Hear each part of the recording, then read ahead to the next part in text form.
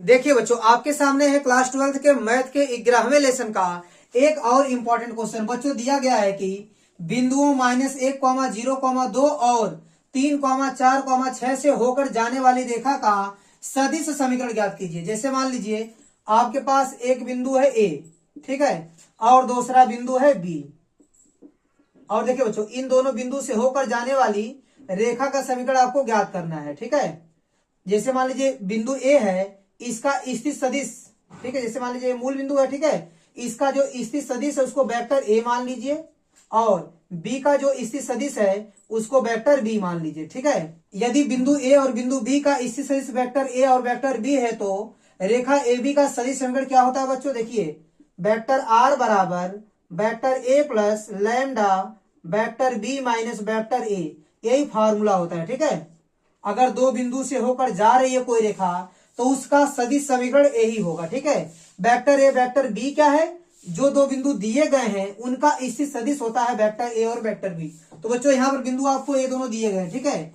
ये जो बिंदु है इसका स्थित सदिश जो होगा वो वेक्टर ए होगा। तो पहले आप वेक्टर ए निकालेंगे। वेक्टर ए कैसे निकलेगा? देखिए, पहले वाले में आप लगा देंगे आई कैप, फिर प्लस दूसरे वाले में लगा देंगे जे कैप, और तीसरे वाले में लगा देंगे के कैप, ठीक है।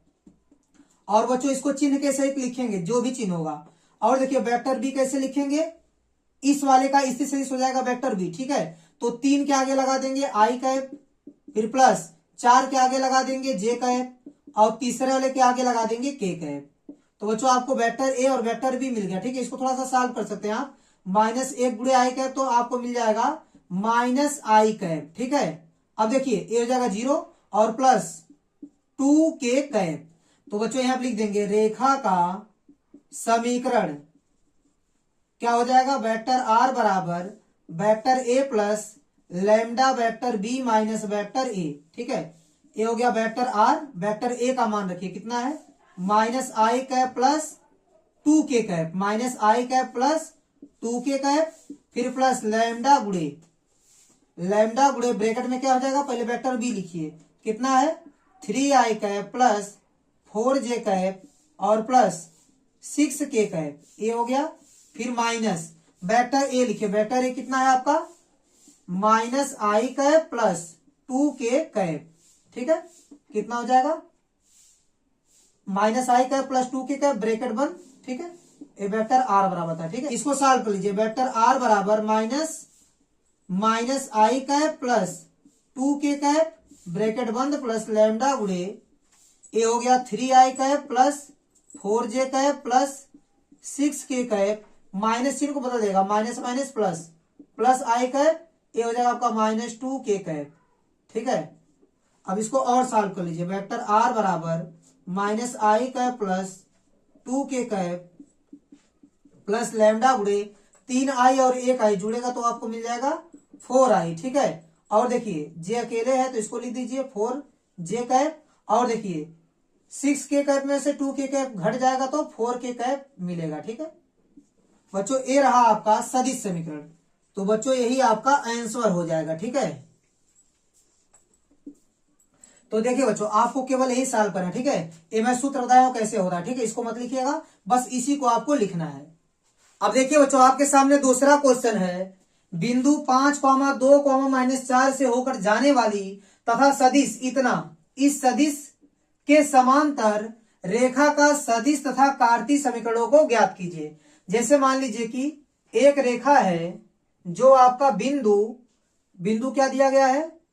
5, 2, -4 से होकर जाती, मान लीजिए वो बिंदु ए है, ठीक है। इस बिंदु ए से होकर जा रही है और किसी वेक्टर के समांतर है, मान लीजिए वेक्टर बी के समांतर है। और जिस बिंदु से होकर जा रही है उसका स्थित सदिश मान लीजिए वेक्टर ए है, और इस पर कोई चर बिंदु मान लीजिए है बी या पी, मान लीजिए पी कोई चर बिंदु है जिसका स्थित सदिश वेक्टर आर है, ठीक है। तब बच्चों इस रेखा का जो समीकरण होगा, सदिश समीकरण होगा, वह हो जाएगा आपका वेक्टर आर बराबर जिस बिंदु से होकर जा रही है उसका स्थित सदिश लिखिए वेक्टर ए प्लस लैम्डा गुड़े जिसके समांतर रेखा है उसको आप लिख दीजिए। वेक्टर बी के समांतर है तो यहां लिखना पड़ेगा वेक्टर बी, जिसके समांतर रेखा जाएगी उसको लैम्डा के साथ गुणा करके लिखेंगे।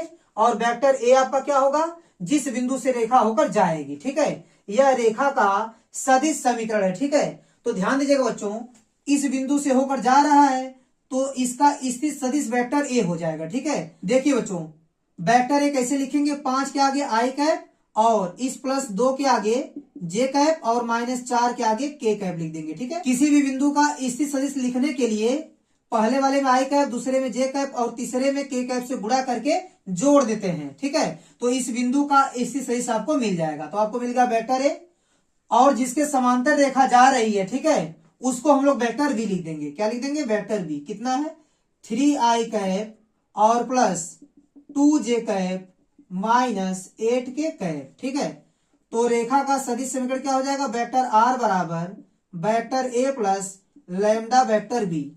ये हो गया वेक्टर आर बराबर वेक्टर ए कितना है, 5i cap +2j cap -4k cap और प्लस लैम्डा गुणे वेक्टर बी कितना है, देखिए 3i कैप +2j कैप और -8k कैप। ठीक है बच्चों, ए मिल गया आपको रेखा का सदिश समीकरण। ये क्या हो गया आपका, रेखा का सदिश समीकरण। रेखा का सदिश समीकरण आपको मिल गया। ठीक है बच्चों, एक आंसर आपको मिल गया। अब बच्चों आपको रेखा का कार्तीय समीकरण ज्ञात करना। देखिए कार्तीय समीकरण कैसे ज्ञात होगा, देखिए बच्चों, जो वेक्टर आर है, ठीक है, वो चर बिंदु का स्थित सदिश है। चर बिंदु को एक्स वाई जेड मान लीजिए। ठीक है, एक्स वाई जेड मान लीजिए। ठीक है, तो इसका जो स्थित सदिश होगा उसको आप लिखेंगे एक्स आई कैप +y जे कैप +z के कैप बराबर, इसको लिखिए 5i कैप और +2j कैप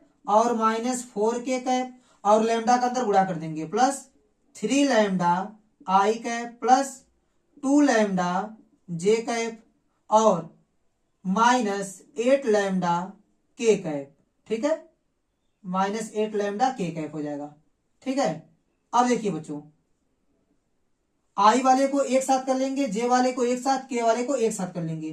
पहले इसको लिखिए एक्स आई कैप +y जे कैप +z के कैप बराबर, इन दोनों में से आई कैप कॉमन कर लेंगे, 5 +3 लैम्डा, दोनों में से आई कैप को आप कॉमन कर लेंगे। अब देखिए यहाँ कितना है, +2 और यहाँ कितना है, +2 लैम्डा, यहाँ से जे कैप कॉमन। ठीक है, और प्लस यहाँ देखिए -4 को लिखिए और यहाँ -8 लैम्डा, दोनों में से के कैप को कॉमन कर लीजिए। ठीक है, अब तुलना कर दीजिए बच्चों। देखिए आई कैप का गुणांक बराबर होगा तो एक्स का मान किसके बराबर होगा, 5 + 3 लैम्डा के बराबर। वाई का मान किसके बराबर होगा, 2 + 2 लैम्डा के बराबर। और जेड का मान किसके बराबर होगा, -4 -8 लैम्डा के बराबर। अब देखिए बच्चों, यहाँ से एक्स और 5 को इस साइड भेजेंगे, -5 हो जाएगा और इस गुणांक को बटे में भेज देंगे, बराबर क्या बचेगा, लैम्डा। यहाँ से देखिए ये हो गया वाई, 2 को इस साइड भेज देंगे, -2 और एक गुणांक बटे में जाएगा, बराबर क्या हो गया, लैम्डा। ठीक है, ये गुणांक बटे में चल जाएगा। फिर इसी प्रकार यहाँ देखिए जेड है और -4 इस साइड आएगा तो +4 हो जाएगा और एक गुणांक -8 बटे में चल जाएगा, -8 बराबर क्या हो गया आपका, लैम्डा। तो ये तीनों के तीनों लैम्डा के बराबर है। ठीक है, यह भी और यह भी लैम्डा के बराबर और यह भी आपका लैम्डा के बराबर। ठीक है, इन तीनों का मान लैम्डा के बराबर है तो यह तीनों आपस में बराबर हो जाएंगे। ठीक है, तो यहां आप लिख देंगे, क्या लिख देंगे, x -5/3 बराबर y -2/2 बराबर z +4/-8।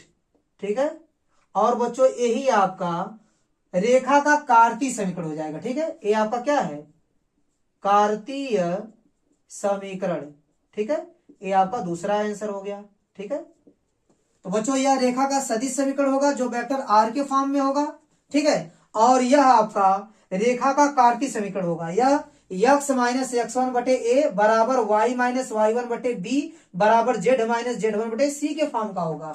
तो बच्चों इस प्रकार आपका यह क्वेश्चन भी कंप्लीट हो गया। तो बच्चों उम्मीद करता हूं कि ये दोनों क्वेश्चन आपको अच्छे से समझ में आए होंगे।